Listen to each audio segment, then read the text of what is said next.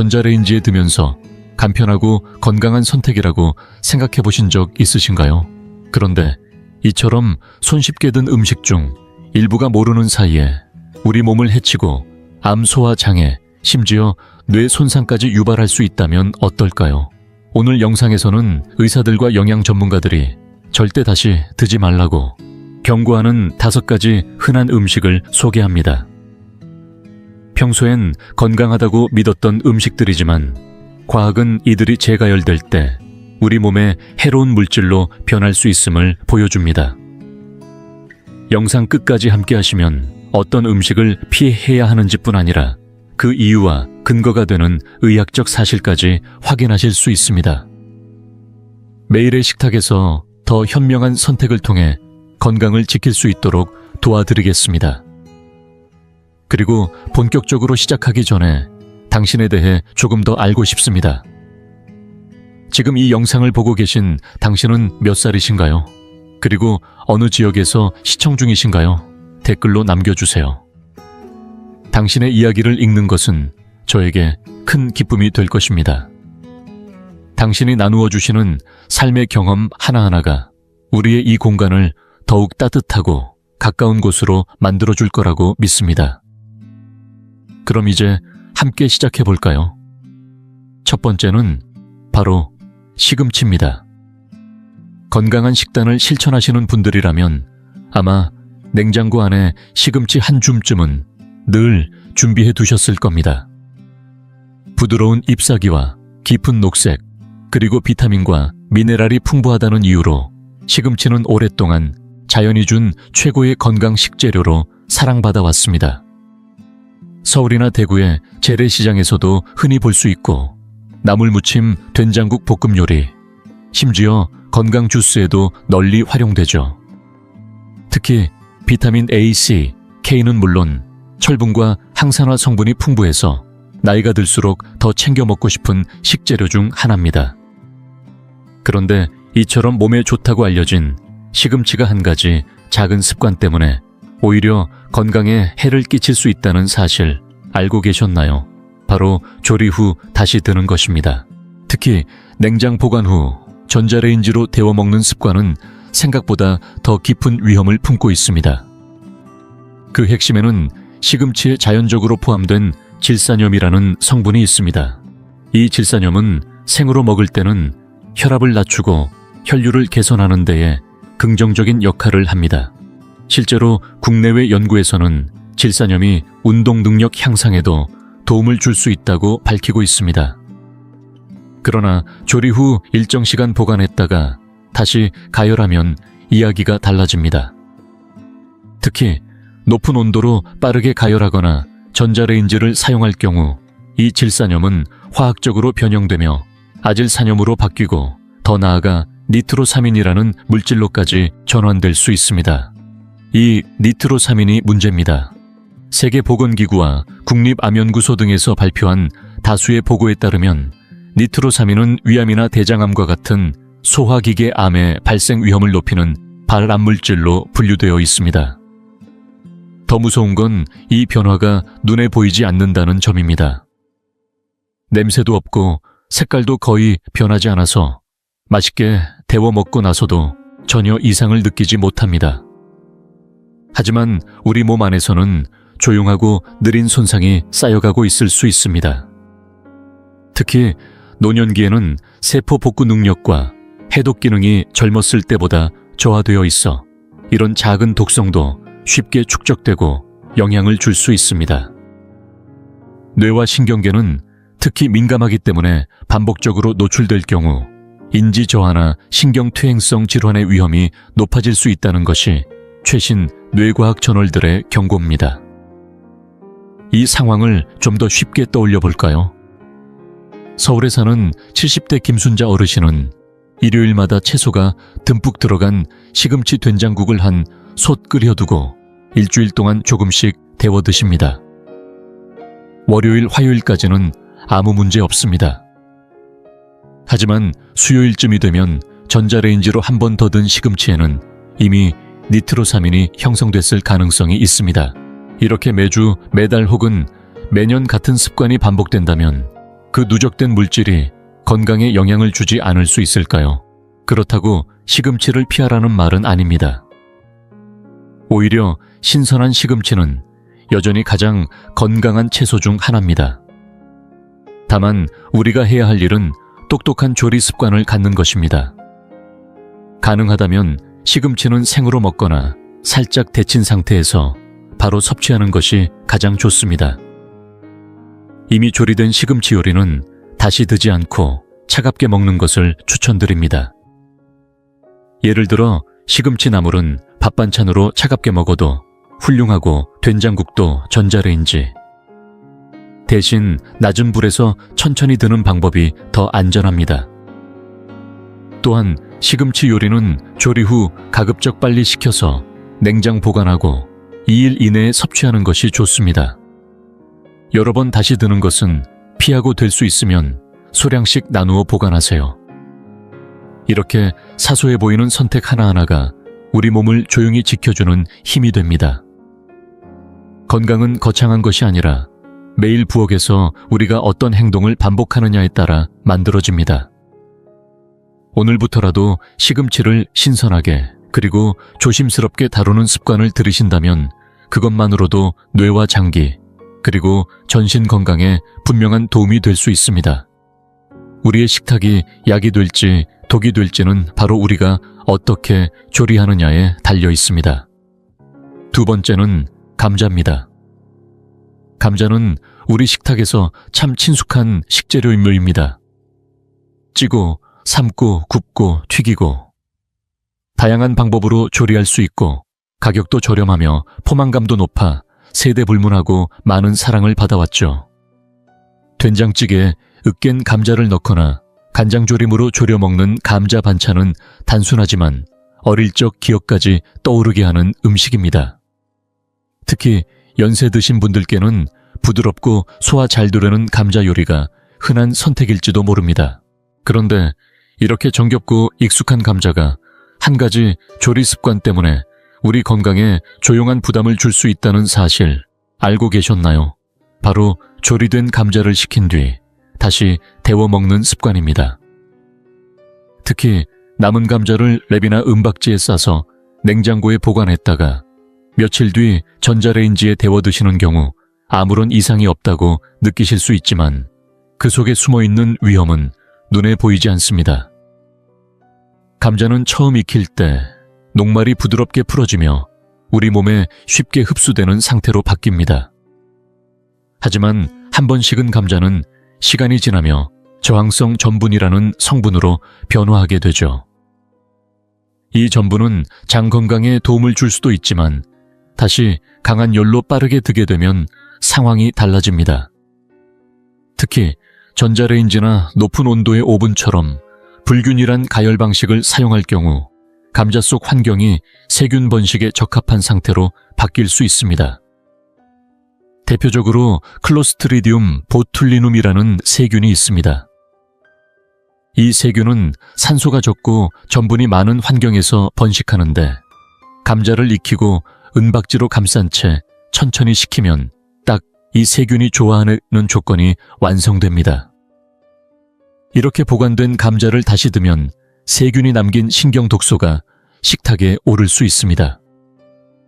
이 독소는 냄새도 색도 맛도 거의 없지만 구역질 어지럼증 심하면 마비 증상까지 일으킬 수 있는 무서운 물질입니다. 특히 나이가 들수록 면역력과 소화 기능이 자연스럽게 약해지기 때문에 젊을 때는 이겨냈을 작은 세균이나 독소도 고령층에게는 큰 영향을 미칠 수 있습니다. 게다가 최근 의학계에서는 장 건강과 뇌 기능이 밀접하게 연결되어 있다는 장, 뇌축 개념이 강조되고 있죠. 다시 말해 장 속에서 생긴 염증이 기억력 저하, 집중력 감소, 심지어 치매와 같은 퇴행성 뇌질환의 위험으로까지 이어질 수 있다는 것입니다. 이런 맥락에서 보면 남은 감자 요리를 데워 먹는 아주 일상적인 행동이 우리 몸 전체에 저도 모르게 염증을 만들고 피로감과 뇌기능 저하를 부를 수도 있다는 이야기입니다. 실제로 성남시에 사는 76세 정명자 어르신의 예를 들어보겠습니다. 평소 남편과 단둘이 살다 보니 식사는 늘 소량씩 준비하기가 어렵습니다. 그래서 월요일 저녁 감자조림을 넉넉히 만들어 두고 냉장고에 넣어둡니다. 수요일 점심 반찬으로 다시 꺼내 전자레인지에 돌려 드시죠. 겉보기에 아무 문제 없어 보이고 맛도 괜찮습니다. 하지만 이 과정이 몇 년간 반복된다면 몸속에는 소리 없이 누적된 독소가 건강에 영향을 주기 시작할 수도 있습니다. 그렇다고 감자를 멀리할 필요는 없습니다. 오히려 잘 준비된 감자는 노년기 건강에 큰 도움이 됩니다. 다만 몇 가지 조리와 보관의 지혜만 더해주시면 됩니다. 첫째, 가능한 만큼, 먹을 만큼만 감자를 조리하는 것이 좋습니다. 둘째, 남은 감자는 은박지나 랩에 싸서 방치하지 말고 빠르게 식혀서 밀폐 용기에 담아 냉장 보관해 주세요. 셋째, 다시 드실 때는 전자레인지보다는 낮은 온도의 프라이팬이나 냄비를 사용해 골고루 가열하는 것이 안전합니다. 넷째, 보관한 지 이틀 이상 지난 감자는 과감히 버리는 것도 건강을 지키는 방법입니다. 이렇게 몇 가지 습관만 바꾸어도 감자는 여전히 든든하고 건강한 반찬이 될 수 있습니다. 우리 몸은 생각보다 정직합니다. 무엇을 어떻게 먹었는지에 따라 시간이 흐르면 분명한 결과로 되돌려줍니다. 연세가 드실수록 더 적은 스트레스로 더 많은 회복을 누릴 수 있는 식습관이 무엇보다 중요해지지요. 그 시작은 평범해 보이는 감자 한 접시에서부터도 가능합니다. 지금 이 영상을 계속 시청하고 계시고 저희가 나눈 이야기들이 정말 유익하다고 느껴지신다면 댓글에 숫자 3번을 남겨주세요. 그 한 글자가 당신께서 여전히 저희와 함께하고 계시다는 따뜻한 신호가 되어 큰 힘이 됩니다. 아직 채널을 구독하지 않으셨다면 지금 구독 버튼을 누르시고 알림 설정도 함께 해주세요. 앞으로 올라올 소중한 영상들을 놓치지 않으실 수 있습니다. 당신의 응원은 저희에게 큰 힘이 됩니다. 당신 덕분에 저희는 정보를 전하고 마음을 나누며 조금이나마 희망의 빛을 전할 수 있는 영상을 계속 만들 수 있습니다. 앞으로도 저희와 함께 걸어가 주세요. 감사합니다. 세 번째는 바로 계란입니다. 아침 식탁에서든 간단한 반찬이든 도시락이든 계란만큼 다용도에 영양까지 고루 갖춘 식품도 드뭅니다. 삶아 먹고 지단으로 부쳐내고 찜으로 부드럽게 익혀서 밥 위에 얹는 등 한국인의 식생활에서도 빠질 수 없는 재료죠. 특히 나이가 들수록 단백질 섭취가 중요한 만큼 계란은 많은 어르신들이 건강한 단백질 보충원으로 믿고 즐겨 드시는 식품입니다. 계란에는 뇌 건강에 도움을 주는 콜린 근육 유지에 좋은 고급 단백질, 그리고 각종 비타민과 무기질이 풍부하게 들어있어 완전 식품이라고도 불립니다. 하지만 이런 좋은 음식도 어떻게 조리하고 섭취하느냐에 따라 몸에 전혀 다른 영향을 줄 수 있다는 사실 알고 계셨나요? 특히 조리된 계란을 다시 데워 먹는 습관, 그것도 전자레인지나 고온에서 급히 가열하는 방식은 건강에 작은 염증을 계속해서 불러일으킬 수 있는 원인이 될 수 있습니다.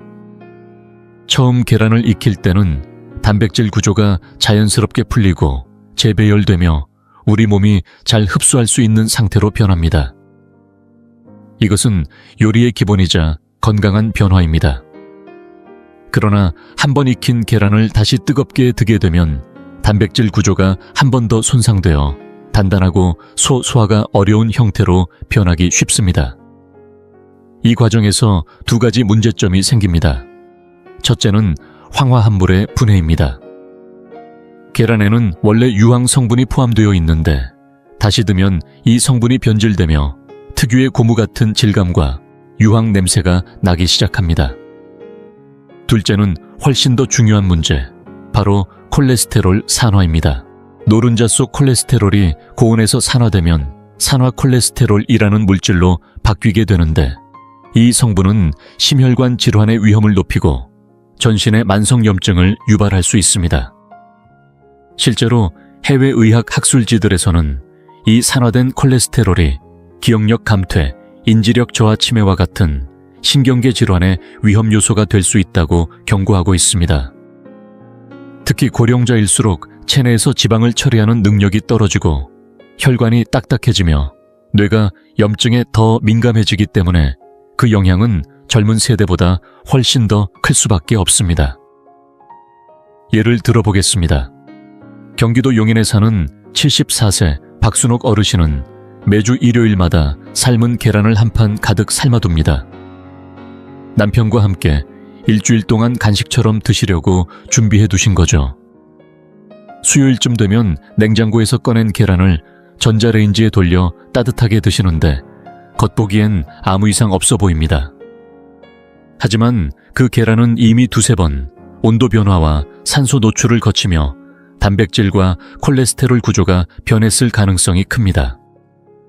이러한 습관이 수개월 수년간 반복된다면 몸속 염증 반응은 조용히 누적되어 피로감 소화, 불량 집중력 저하, 심지어 혈관 건강 문제로 이어질 수 있습니다.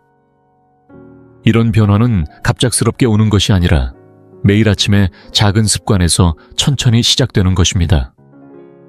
그렇다면 어떻게 하면 계란을 더 안전하고 건강하게 즐길 수 있을까요? 우선 가장 좋은 방법은 갓 삶은 계란을 따뜻할 때 바로 먹는 것입니다. 만약 미리 삶아둘 필요가 있다면 데워 먹지 않고 차갑게 샐러드나 샌드위치 반찬으로 활용하는 것이 좋습니다. 데워야 할 경우에는 전자레인지보다는 약한 불로 천천히 익히는 방식이 더 안전하며 여러 번 드는 것은 피하는 것이 좋습니다. 또한 삶은 계란은 반드시 냉장 보관 후 2-3일 이내에 섭취하는 것이 가장 안전하며 껍질이 벗겨진 상태에서는 더 빠르게 상할 수 있으므로 유의해야 합니다. 껍질이 갈색을 띠거나 냄새가 이상하면 과감히 버리는 것이 현명한 선택입니다. 계란은 잘만 조리하면 노년기에 꼭 필요한 단백질을 편안하게 보충할 수 있는 훌륭한 식재료입니다. 단지 조금만 더 섬세한 조리와 보관 습관을 갖는 것만으로도 그 영양은 그대로 살리면서도 몸속 염증은 막을 수 있습니다. 매일 아침 우리가 습관처럼 하는 계란 드기가 건강을 조금씩 침식할 수도 있고 반대로 그것을 멈추는 것만으로도 더 맑고 활기찬 하루를 만들어갈 수 있습니다. 지금 이 순간부터 계란 하나도 더 따뜻한 배려로 다뤄보는 것. 그것이 진짜 건강의 시작일지도 모릅니다. 네 번째는 많은 분들이 건강식이라고 믿고 있는 닭고기 이야기입니다. 닭고기는 단백질이 풍부하고 지방이 적은 식재료로 고혈압이나 고지혈증을 걱정하는 분들에게도 안심하고 먹을 수 있는 음식으로 오랫동안 사랑받아 왔습니다. 굽거나 찌거나 삶는 방식에 따라 다양한 요리로 활용되며 특히 시간에 쫓기는 직장인이나 식단 조절을 하는 분들, 그리고 혼자 사는 노년층에게도 매우 실용적인 선택이죠. 그래서 많은 가정에서는 닭고기를 한꺼번에 넉넉하게 조리해두고 냉장고에 보관해두었다가 며칠에 걸쳐 전자레인지로 데워 드시곤 합니다. 보기엔 편리하고 시간도 절약되며 경제적으로도 좋아 보이지만 이 편리한 습관 속에 우리 몸을 서서히 지치게 만드는 위험이 숨어 있을 수 있습니다.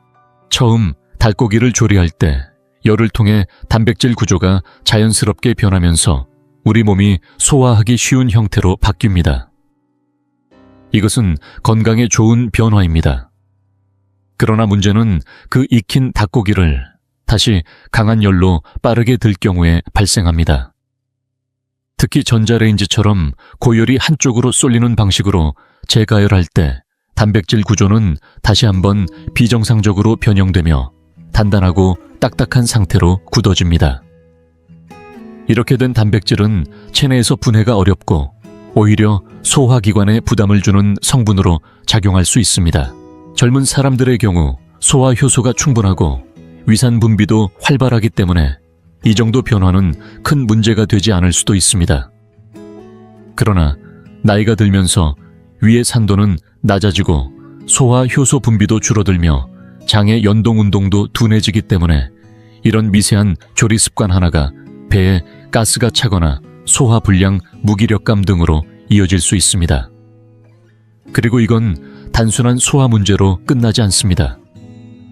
영양학 연구에 따르면 닭고기처럼 단백질이 풍부한 식품을 반복적으로 고온에서 재가열할 경우 체내에서 당화 최종 산물이라는 염증 유발 물질이 생성될 수 있다고 합니다. 이 물질은 처음에는 전신에 가벼운 염증을 일으키지만 반복적으로 쌓이게 되면 혈관을 손상시키고 면역 시스템을 과도하게 자극하며 심할 경우 심장질환, 인슐린 저항성, 그리고 뇌의 퇴행성 질환과도 연결될 수 있습니다. 이 염증은 겉으로는 드러나지 않지만 마치 몸속에서 천천히 타오르는 불씨처럼 활력을 소모시키고 생각을 무디게 하며 기분마저도 가라앉게 만듭니다.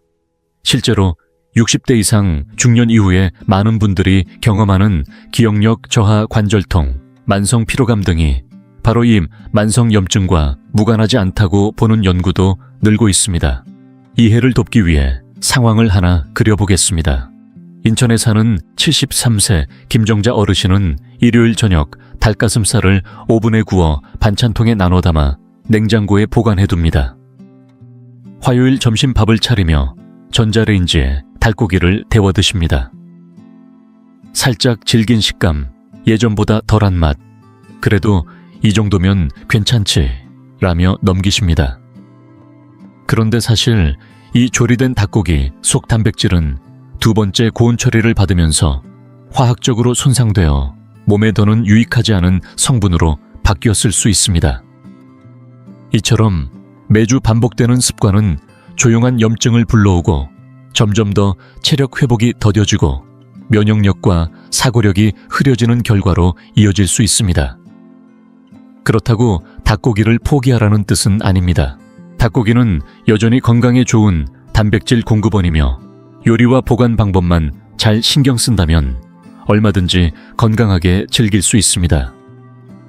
우선 닭고기를 들 때는 가능한 한 약한 불로 천천히 드는 방식을 선택하시고 전자레인지는 피하는 것이 좋습니다. 더 나은 방법은 남은 닭고기를 차가운 요리로 활용하는 것입니다. 예를 들어 닭고기를 잘게 찢어 신선한 채소와 함께 샐러드에 넣거나 김밥 속 재료로 활용하면 재가열 없이도 충분히 맛있고 건강하게 즐길 수 있습니다. 또 가능하다면 한 번에 많은 양을 조리하기보다는 먹을 만큼만 소량으로 조리해서 다시 데워야 하는 상황 자체를 줄이는 것이 현명합니다. 이처럼 아주 작은 조리 습관 하나만 바꿔도 우리 몸은 훨씬 덜 지치고 회복 속도도 빨라지며 나이 들어도 활기를 유지할 수 있습니다. 무엇을 먹느냐만큼 중요한 것은 그 음식을 어떻게 다루느냐입니다. 닭고기 자체는 훌륭한 음식이지만 조리 후의 처리 방식이 건강에 미치는 영향은 생각보다 훨씬 큽니다. 음식을 드는 그 짧은 순간조차 내 몸을 아끼는 마음으로 신중하게 대하는 것. 그것이야말로 나이 들어가는 우리에게 꼭 필요한 작지만 강력한 실천입니다. 다섯 번째는 많은 분들이 건강식으로 믿고 있는 식재료 버섯입니다. 버섯은 특유의 풍미와 쫄깃한 식감, 그리고 탁월한 영양 성분으로 오랫동안 사랑받아왔습니다. 항산화 물질과 식이섬유, 비타민 B군은 물론 면역 기능을 도와주는 베타글루칸 성분까지 풍부하게 함유되어 있어 심장 건강은 물론 감염 예방, 심지어 암 예방에도 긍정적인 영향을 준다는 연구들이 있습니다. 표고버섯, 새송기버섯, 느타리버섯 등 한국 식탁에서도 다양한 형태로 활용되며 국이나 찜, 볶음 전골 요리에 빠지지 않는 인기 재료입니다.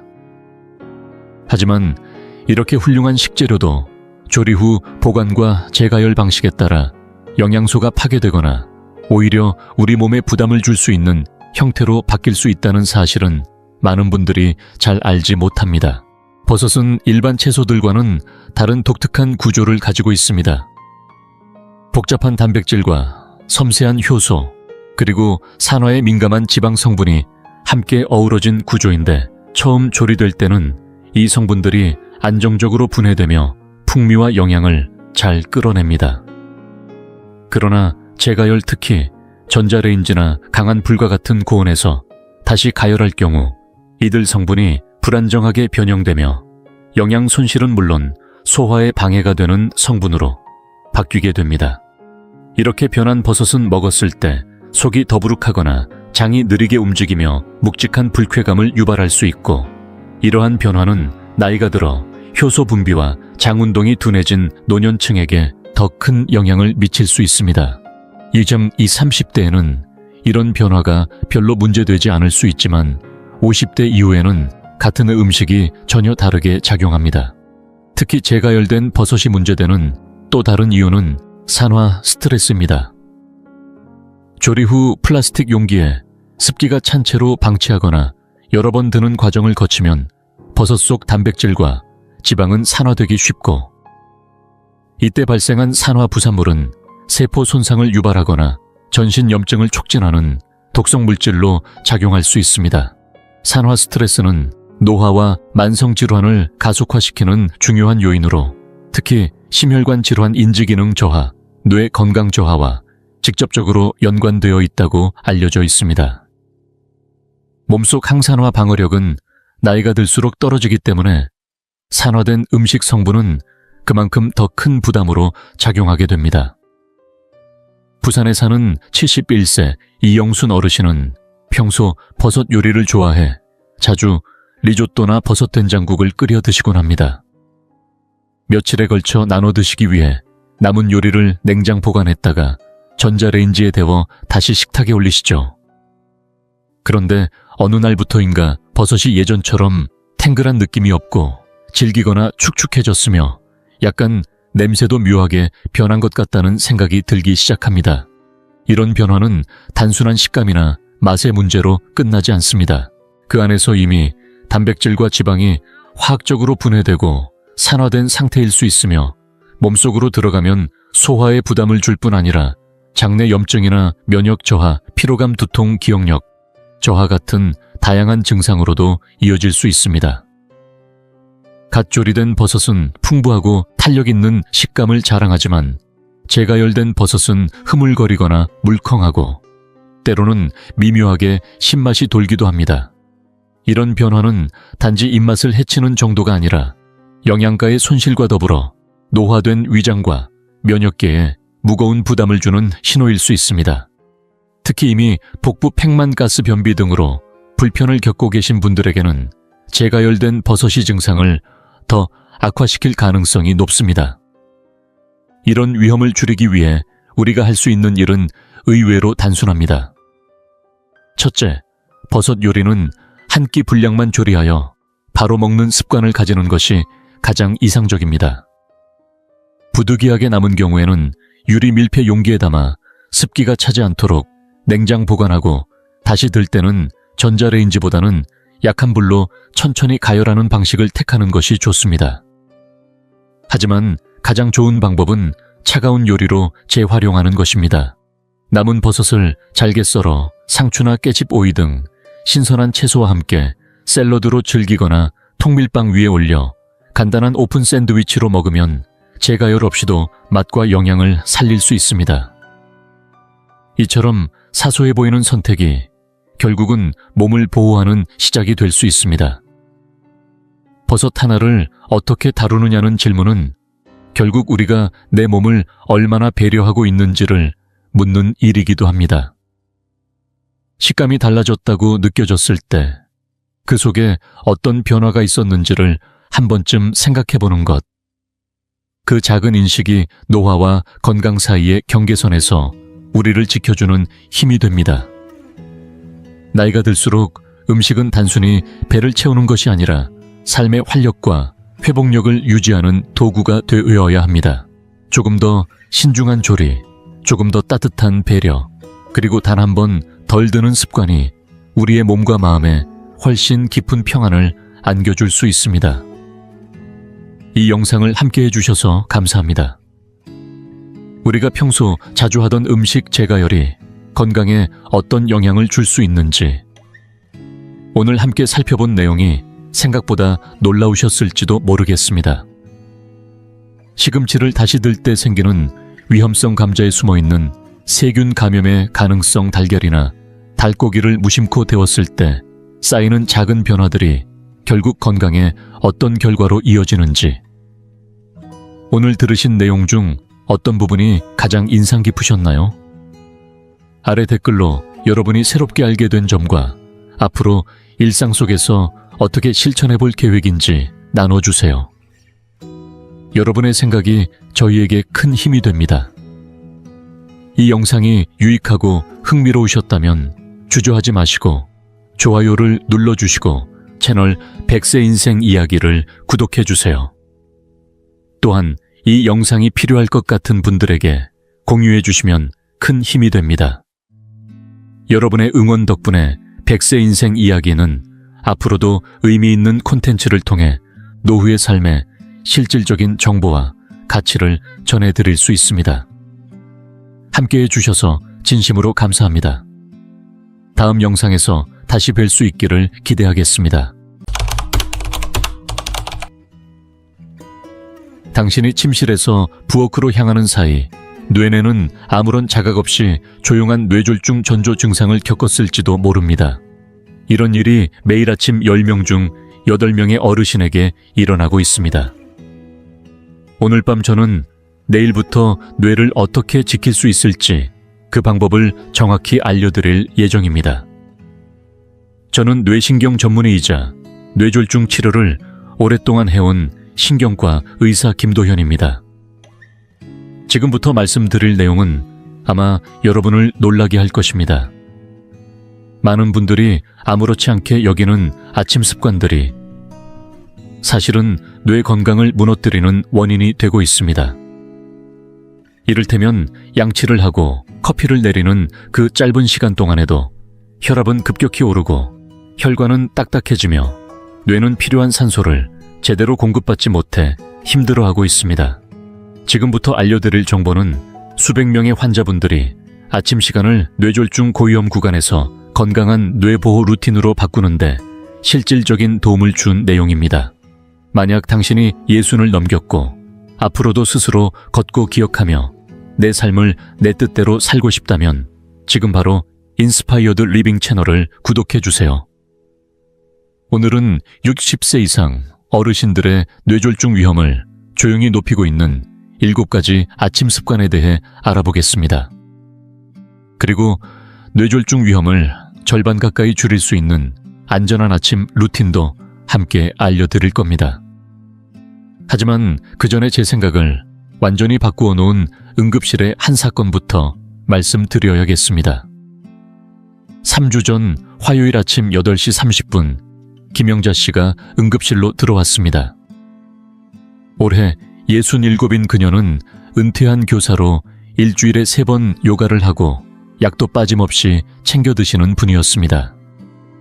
스스로 건강을 잘 돌보고 있다고 생각할 수밖에 없는 생활을 하고 계셨죠.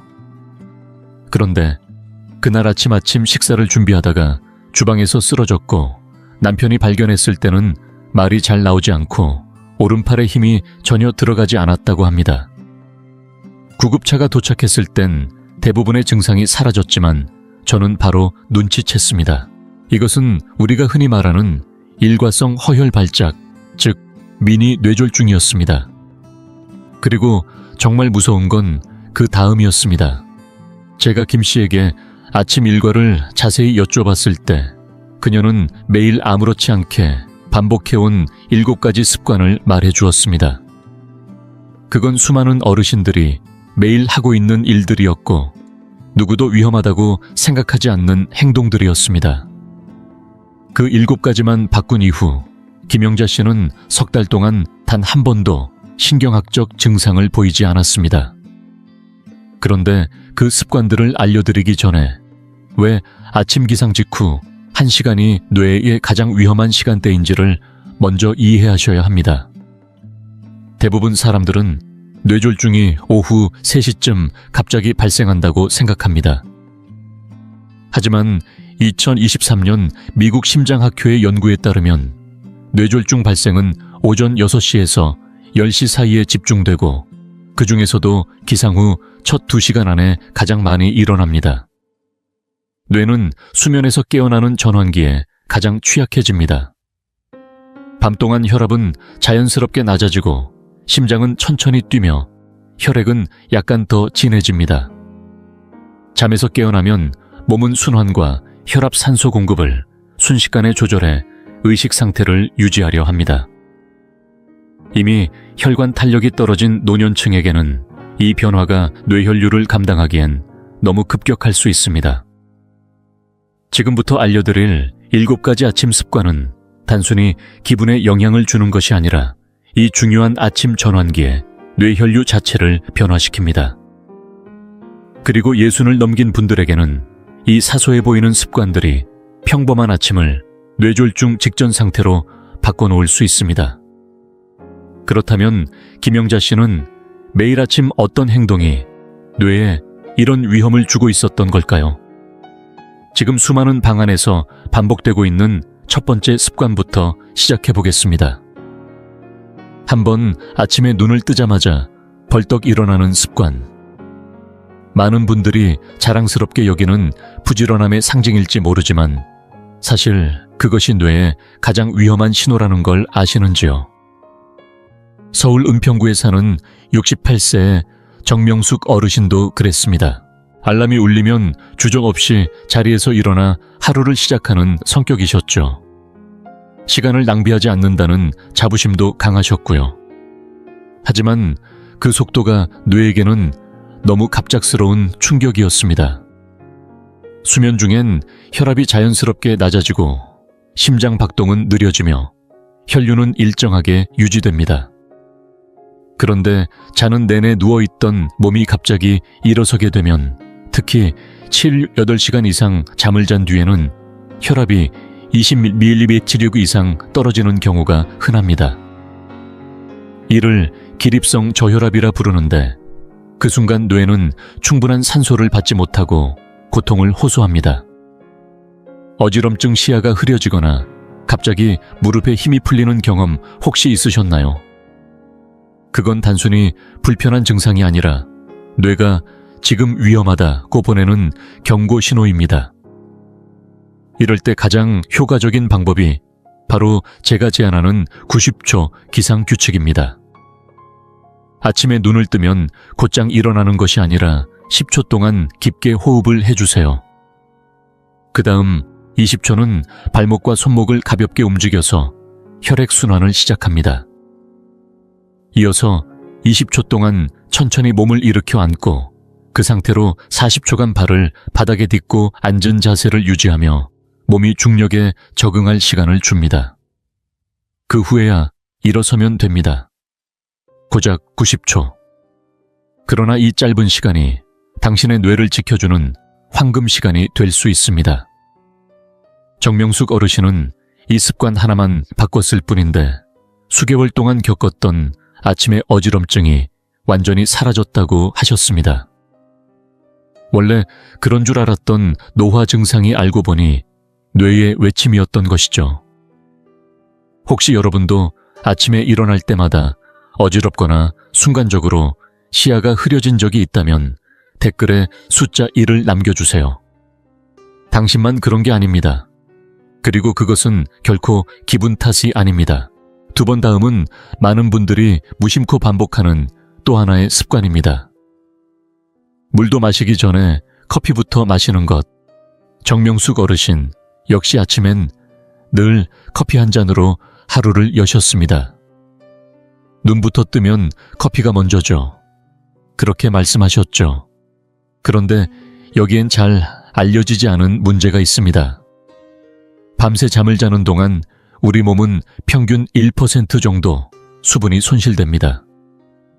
특히 노년기에는 이 작은 수분 부족조차 혈액을 끈적하게 만들고 순환을 느리게 하며 심장에 무리를 주는 조건이 됩니다.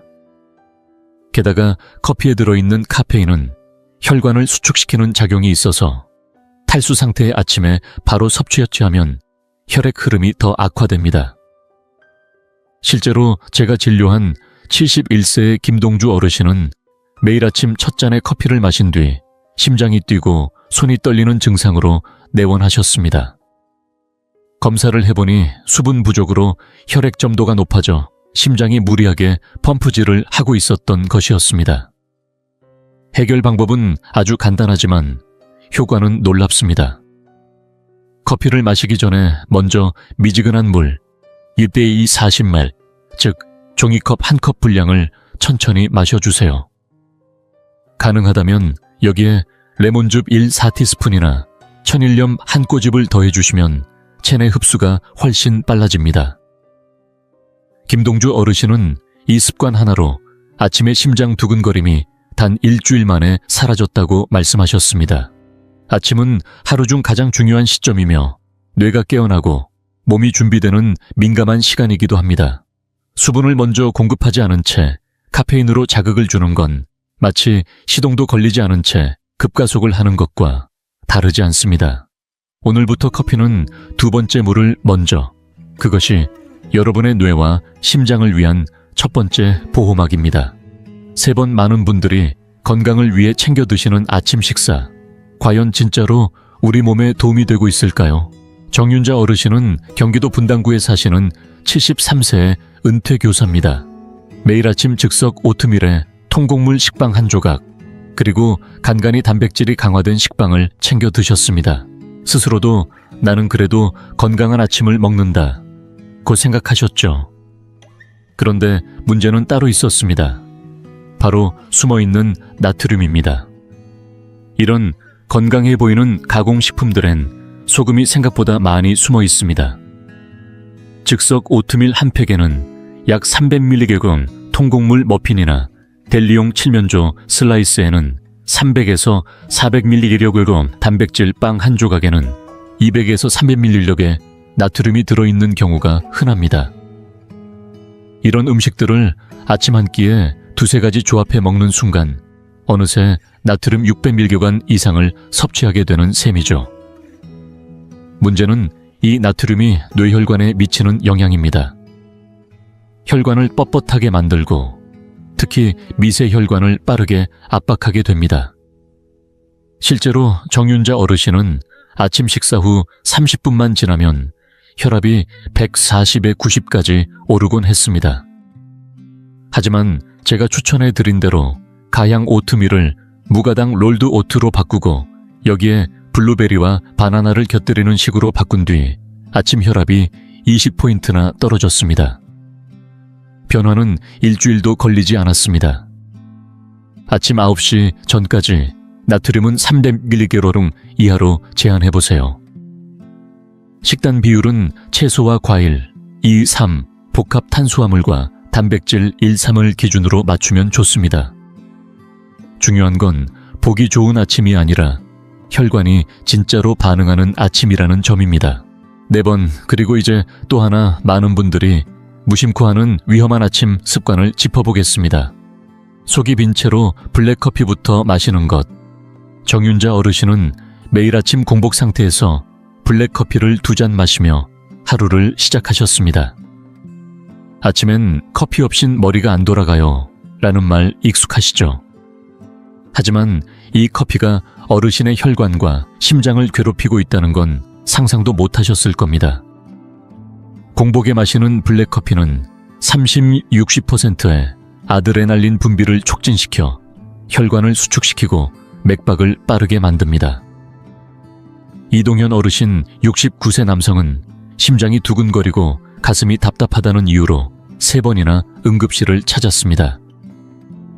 처음엔 심장질환을 의심했지만 검사 결과는 의외였습니다. 원인은 다름 아닌 공복 커피로 인한 위산 역류와 심박수 상승이었습니다. 그렇다고 커피를 끊으라는 건 아닙니다. 방법을 바꾸는 것만으로도 효과는 극적입니다. 먼저 커피를 마시기 전에 간단한 완충 음식을 드세요. 바나나 반 개 아몬드, 5알 삶은 달걀 1개처럼 작고 소화 잘 되는 음식을 한 입 먹는 것만으로도 위와 혈관에 큰 부담을 덜어줍니다. 그리고 커피는 하루 한 잔 150ml 카페인 정도로 제한하시고 두 번째 잔은 최소 30분 후에 드시는 게 안전합니다. 몸이 눈을 뜨는 아침 시간, 그 첫 선택이 하루 전체의 흐름을 좌우합니다. 커피를 마시는 방식 하나만 바꿔도 심장이 덜 놀라고 뇌가 훨씬 편안해집니다.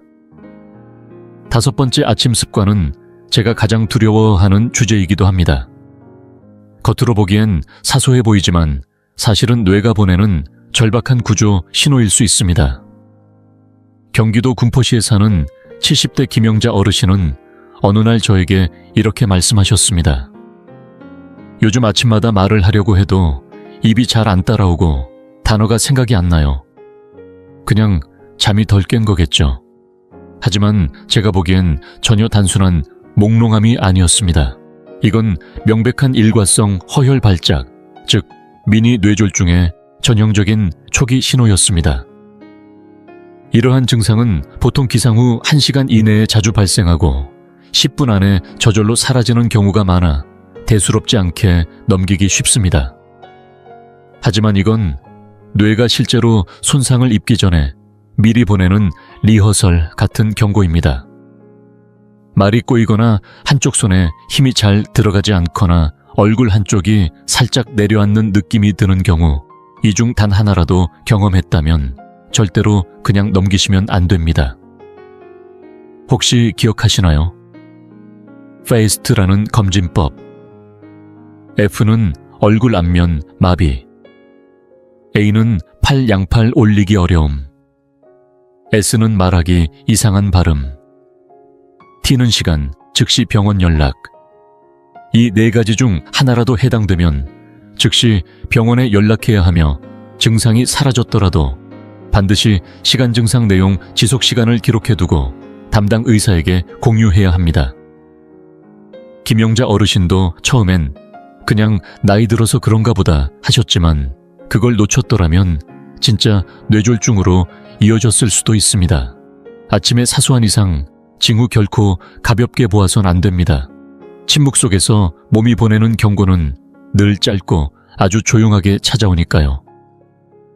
여섯 번째 아침 습관은 약을 한꺼번에 복용하는 행동입니다. 그것도 커피와 함께라면 더더욱 조심하셔야 합니다. 김영자 어르신은 혈압약, 갑상선약, 아스피린 등을 모두 한 번에, 그리고 블랙커피 한 잔과 함께 드시고 계셨습니다. 매일 그렇게 해도 괜찮던데요 라고 하셨지만 자세히 들여다보면 매우 위험한 상호작용이 숨어 있었습니다. 특히 혈압약은 카페인과 함께 흡수될 경우 혈압이 갑자기 치솟거나 급격히 떨어지는 현상이 나타날 수 있습니다.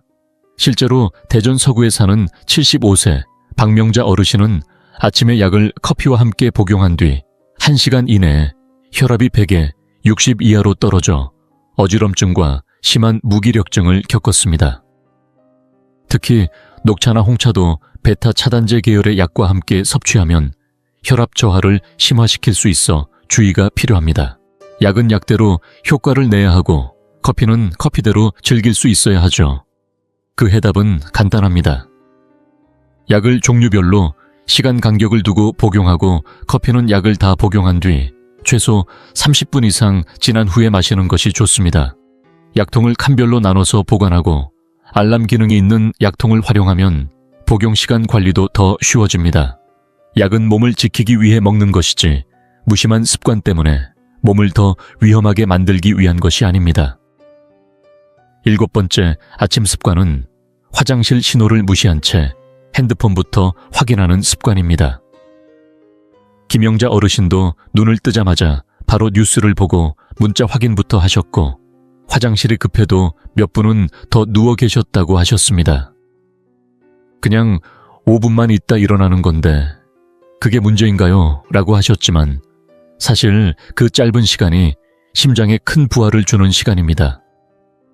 서울 동작구에 사는 68세 이철수 어르신은 기상 후 한참을 누워 핸드폰을 보다가 갑자기 벌떡 일어나 화장실에 가곤 했는데 매번 심장이 쿵쿵 뛰는 증상에 시달리셨습니다. 이건 단순한 심리적 놀람이 아니라 과도한 방광 압박이 자율신경을 자극하여 심박수에 급격한 영향을 준 것이었습니다. 아침에 눈을 떴다면 5분 이내에 화장실에 다녀오세요. 특히 밤사이 2번 이상 소변을 보는 경우라면 잠들기 전 최소 2시간 전부터 수분 섭취를 줄이는 것이 좋고, 전립선이나 이뇨제 복용 시간 조정에 대해서는 의사와 상담이 필요합니다. 잠깐의 미루기는 편리함처럼 보이지만 그것이 당신의 심장을 놀라게 하고 하루 전체를 무겁게 만들 수 있습니다. 이제 잠시 시간을 내어 자신의 아침을 점검해 보세요. 지금부터 말씀드리는 5가지 징후 중 몇 가지가 본인에게 해당되는지 조용히 세어보시고 아래 댓글에 숫자만 남겨주세요. 혹시 아침에 일어나 첫 발을 딛는 순간 머리가 띵하거나 시야가 좁아지는 느낌이 드신 적이 있나요? 혹시 첫 커피 한 모금 후 갑자기 심장이 빨리 뛰거나 두근거리는 경험을 하신 적은요? 아침 식사 후 30분 이내 혈압을 재봤더니 140에 90 이상 나왔던 적, 또는 일어나자마자 말이 잘 나오지 않거나 손에 힘이 빠지고 감각이 둔해졌던 적, 그리고 침대에서 한참 누워있다가 일어났을 때 갑자기 심장이 쿵 하고 크게 뛰는 느낌이 있었던 적. 이 중 2가지 이상 해당된다면 지금 당신의 아침 루틴은 뇌 건강을 위협하고 있을 가능성이 있습니다. 하지만 좋은 소식도 있습니다. 내일부터, 아니 바로 내일 아침부터 이 모든 것을 바꿀 수 있습니다. 기억하시죠? 화요일 아침 주방에서 쓰러졌던 김영자 어르신. 그날 이후로 어르신은 제가 권한 루틴을 그대로 실천하셨고 6개월 뒤 저에게 이렇게 말씀하셨습니다. 선생님, 요즘은 눈을 뜨면 머리가 맑고 개운해요. 안개 낀 것처럼 멍하던 느낌도 사라졌고 몇 년 전보다 오히려 정신이 더 또렷한 것 같아요. 그 말에 저는 소름이 돋았습니다. 그분의 변화는 결코 우연이 아니었습니다. 아래의 5가지 단계를 그대로 지켰기 때문이죠. 첫째, 전날 밤 준비하기. 물 한 잔, 약통 저염식, 아침 식사 재료를 미리 식탁 위에 꺼내두세요. 아침에 우리의 뇌는 가장 둔하고 결정력이 떨어집니다. 미리 준비해두면 망설임이 줄고 실천력이 높아집니다. 둘째, 기상 루틴 실천하기. 눈을 뜬 후 깊은 호흡 10초 손발을 천천히 움직이며 20초간 순환 유도 이어서 20초 동안 앉은 자세 유지, 마지막으로 발을 바닥에 대고 40초간 천천히 적응한 뒤 일어서세요. 이 간단한 흐름이 뇌혈류를 안전하게 바꿔줍니다. 셋째 순서 지키기 물, 음식, 커피. 먼저 미지근한 물을 마셔 혈액을 묽게 만들고 간단한 단백질을 섭취해 위장을 보호한 후 마지막에 커피를 마시세요. 이 순서만 바꿔도 하루가 달라집니다. 넷째, 일주일간 기록하기. 아침 혈압과 느껴지는 증상을 매일 기록해보세요. 숫자 하나보다 패턴이 훨씬 중요한 단서가 되어줍니다. 내 몸이 언제 어떤 반응을 보이는지 명확히 보이기 시작할 겁니다. 5째, 가족이나 가까운 사람과 정보 나누기. 뇌졸중의 초기 증상은 너무나 미묘해서 본인이 눈치채기 어렵습니다. 하지만 누군가가 옆에서 그 변화를 알아본다면 생명을 지킬 수 있습니다. 이 정보를 함께 나누는 것만으로도 2 사람의 인생을 바꿀 수 있습니다. 작지만 꾸준한 변화는 과감한 결심보다 오래갑니다. 당신의 뇌는 가장 먼저 반응하고 이어서 에너지가 달라지고 결국엔 내가 내 몸을 스스로 지키고 있다는 자신감이 따라옵니다. 내일 아침 당신이 선택하는 루틴은 뇌를 지킬 수도 위험에 빠뜨릴 수도 있습니다. 60세 이후의 뇌 건강에는 중간지대란 없습니다. 이 영상이 당신에게 단 하나라도 위험한 습관을 알려주었다면 좋아요. 버튼을 눌러주시고 이 정보가 꼭 필요한 60세 이상의 누군가에게 공유해주세요. 그리고 지금 이 순간 멈춰서 생각해보세요. 내일 바꿀 한 가지 습관은 무엇인가요? 그 번호를 댓글로 남겨주시고 뇌를 지켜야 할 친구나 가족을 함께 태그해 주세요. 당신의 그 한 걸음이 두 사람의 생명을 지킬 수 있습니다. 뇌졸중을 막는 길은 완벽함이 아닙니다. 내가 매일 반복하는 사소한 선택들이 결국 내 뇌에 어떤 영향을 주는지를 이해해야 하는 것, 그게 시작입니다. 우리는 생각보다 더 많은 걸 바꿀 수 있는 힘을 가지고 있습니다. 그리고 그 변화는 바로 아침의 첫 1시간에서 시작됩니다. 이 영상은 교육 목적이며 약 복용 시간이나 증상 관련 결정은 반드시 주치의와 상담 후 진행해 주세요. 마지막으로 이 한 문장을 꼭 기억해 주세요. 아침을 지키는 것이 곧 뇌를 지키는 일입니다.